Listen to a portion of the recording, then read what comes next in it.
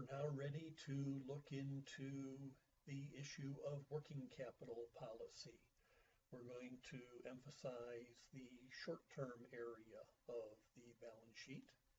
And so we want to understand why working capital is important and what the trade-offs are that managers need to consider in implementing what they deem to be the optimal policy in this area. So, working capital is the amount of the firm's current assets. Cash, accounts receivable, marketable securities, inventory, and prepaid expenses. Now, many of these items are there because we have to have them. It's not necessarily that we want to have them. Wouldn't it be nice if all of our customers paid cash and that they didn't hold it against us and go to one of our competitors if we refuse to offer trade credit to them? Wouldn't it be nice if our customers came into our store and looked at a catalog and pointed to something that they wanted to buy, signed a binding contract, and then would come back 6 weeks later when we had the item to deliver to them? The real world is not that way. So we want to manage the level and the financing of working capital. We want to keep these costs under control. That is, inventory has a cost associated with its storage, so that needs to be considered. And we need to keep risk levels at an appropriate level. So one of the themes running throughout our working capital management is one of liquidity. The more working capital you have, the more liquidity, the less risk. That's a good thing. The bad side is that these assets here tend to be much less profitable than your fixed assets are. And so we definitely have a balancing act that we need to work on here. So your net working capital is equal to your current assets minus your current liabilities. We need to determine the correct level of working capital. By that we mean we don't want to have too much. We don't want to have too little. And so this balancing act is one of balancing risk and return. So I mentioned the liquidity is a good thing, but the returns are not all to write home about when you are investing in working capital. So let's look at two hypothetical companies here.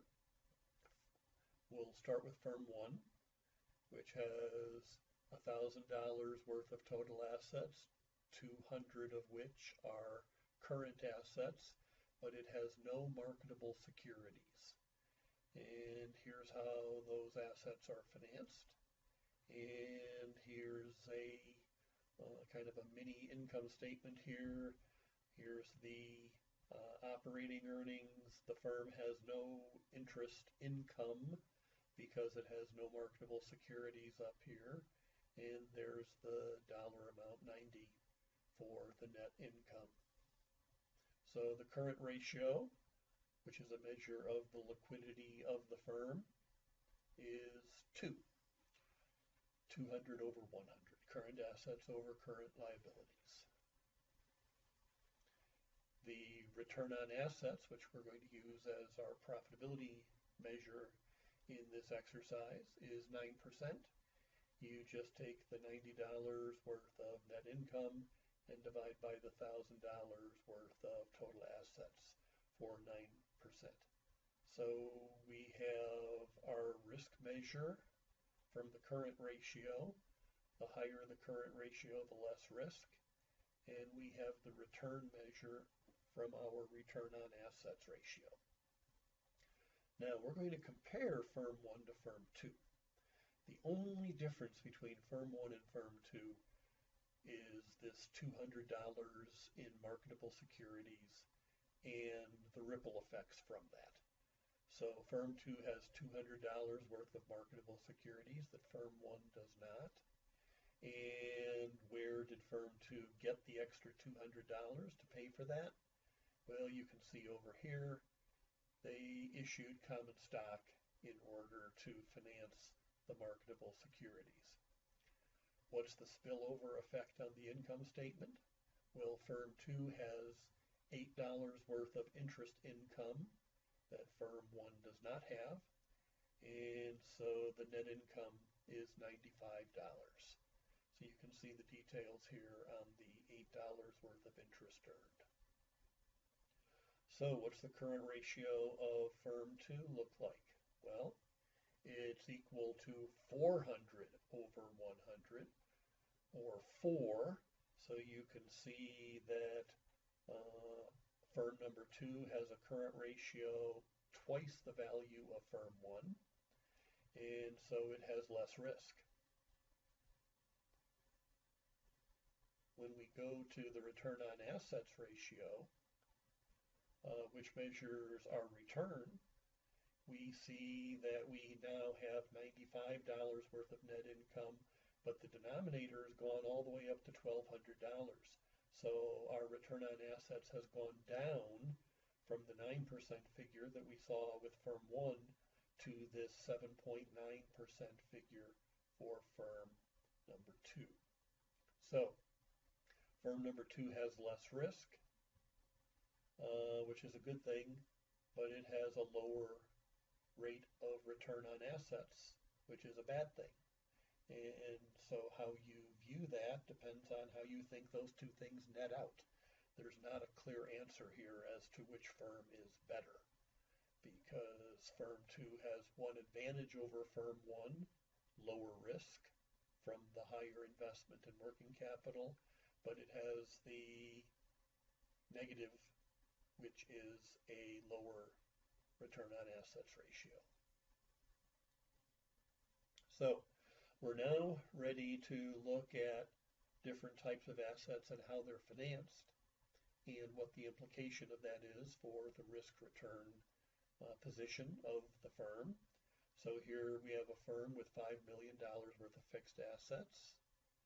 It has an additional $2 million of what we are calling permanent current assets.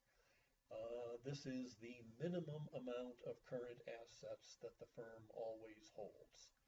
And so the term permanent current assets might strike you as peculiar at first, because you might say to yourself, well, I thought all current assets were temporary. And the answer is, well, on an individual basis they are, but not collectively. That is, it's just very unlikely that you're going to show up at work someday and your cash and your marketable securities and your inventory and your prepaid expenses and so on are all going to be zero at the same time. You're going to have some minimum amount of current assets. That's the permanent current assets. Then we have the temporary current assets. These are the current assets that fluctuate up and down above the minimum, above the permanent current assets. So this is sort of a seasonal thing. You see we have time here on the horizontal axis.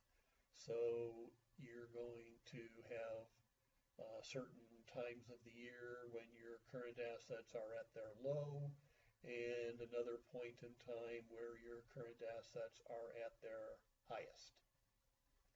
So now we're ready to talk about how those assets are financed. We could take a conservative approach, which relies heavily on long-term financing. So rather than read this to you, it's easier to see with the picture. The red is long-term sources of funding. The green is short-term sources of funding.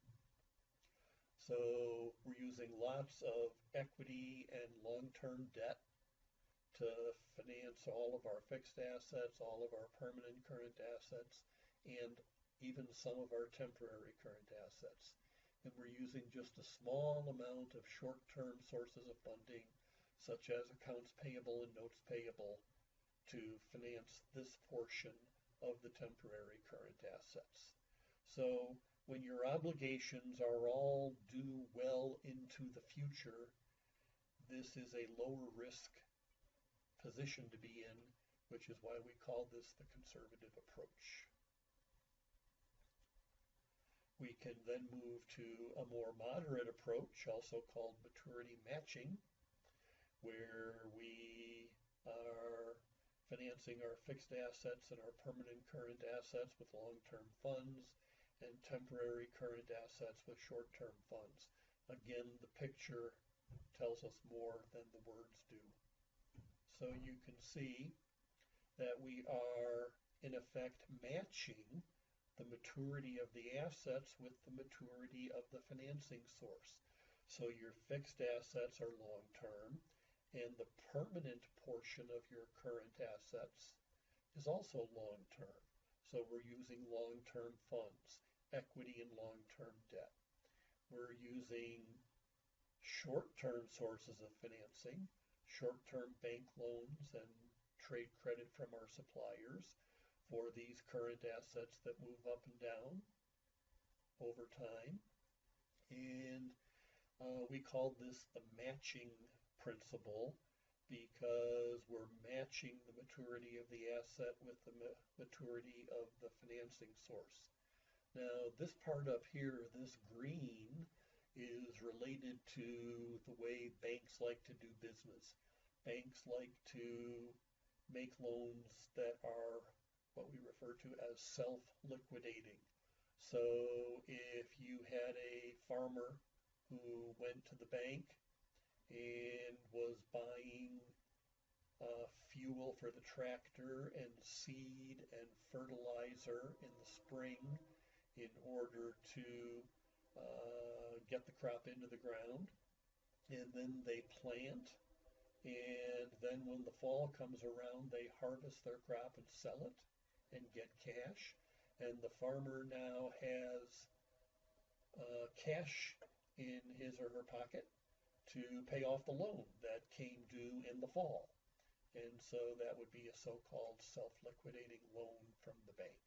And bankers like to make those kinds of loans because they can see the path to having the loan paid off. We're now ready to look at the aggressive approach, and I'm just going to skip right to the diagram because I think it tells the story much more clearly. You can see we have lots of green now. We're using long-term sources of funding, equity, and long-term debt only for a portion of our fixed assets. We're using short-term sources of funding, such as short-term bank loans, trade credit, for some of our fixed assets, all of our permanent current assets, and all of our temporary current assets.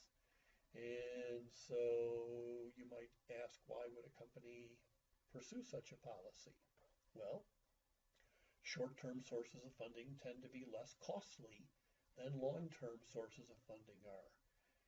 Your long-term debt tends to have a higher interest rate than your short-term debt due to the fact that the yield curve we looked at in Chapter 2 is usually upward sloping. And so that means that the short-term interest rates are lower than the long-term interest rates. And of course, you also have equity in here, and equity capital is the most expensive source of capital we have, as we saw in Chapter 9. And so if you're looking to maximize your profits, you might be attracted to an aggressive approach. But beware, because this comes with high risk associated with it. You have lots of financing, lots of loans that are coming due soon.